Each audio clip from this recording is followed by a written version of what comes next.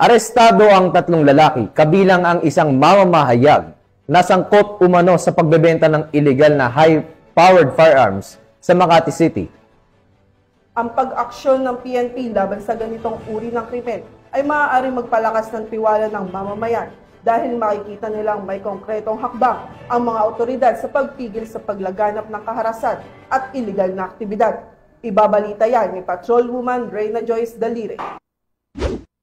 Makalipas ang isang buwang surveillance, tiklo ang tatlong sospek na sangkot umano sa pagbebenta ng illegal na high-powered firearms dakong alas 9 ng gabi ng Martes sa harap ng isang apartel sa Guadalupe Nuevo, Makati City. Kinilala ang mga naaresto na sina alias Patrick 26 anyos, ang target sa operasyon, alias Gaynor 52 anyos na isang mamahayag, at si alias Rodrigo, 52 anyos na isang building maintenance worker at parehong mga residente ng Makati City. Base sa report, naaresto ang tatlo matapos ang matagumpay na buy-bust operation ng District Special Operations Unit ng Southern Police District kung saan positibong nakabili ang operatiba na nagpanggap bilang posure buyer ng mga illegal na armas. Sa pagkakaaresto sa kanila, nasabat ang mga high-powered firearms kagaya ng 3 Armalite at isang pistol firearms. Na-recover din ang mga perang ginamit sa transaksyon, mga magazines, bala, IDs ng kanilang pagkakakilanlan,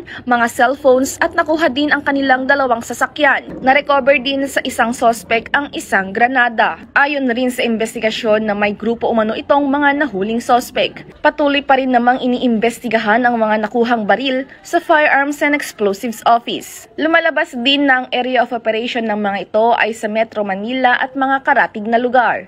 Nasampahan na ang mga sospek ng kasong paglabag ng RA 10591, illegal selling of firearms in relation to RA 7166 at COMELEC gun ban at nakakulong sila ngayon sa kustudiya ng Makati City Police Station. Pinaalalahanan naman ng pulisya ang lahat na umiiral pa rin ang patakaran na election gun ban sa buong Pilipinas sa kabila ng katatapos na halalan 2025. Mula dito sa Southern Police District, ako ang inyong PNN correspondent, Patrolwoman Reyna Joyce Dalire, alagad ng batas, tagataguyod ng Balitang Pulis.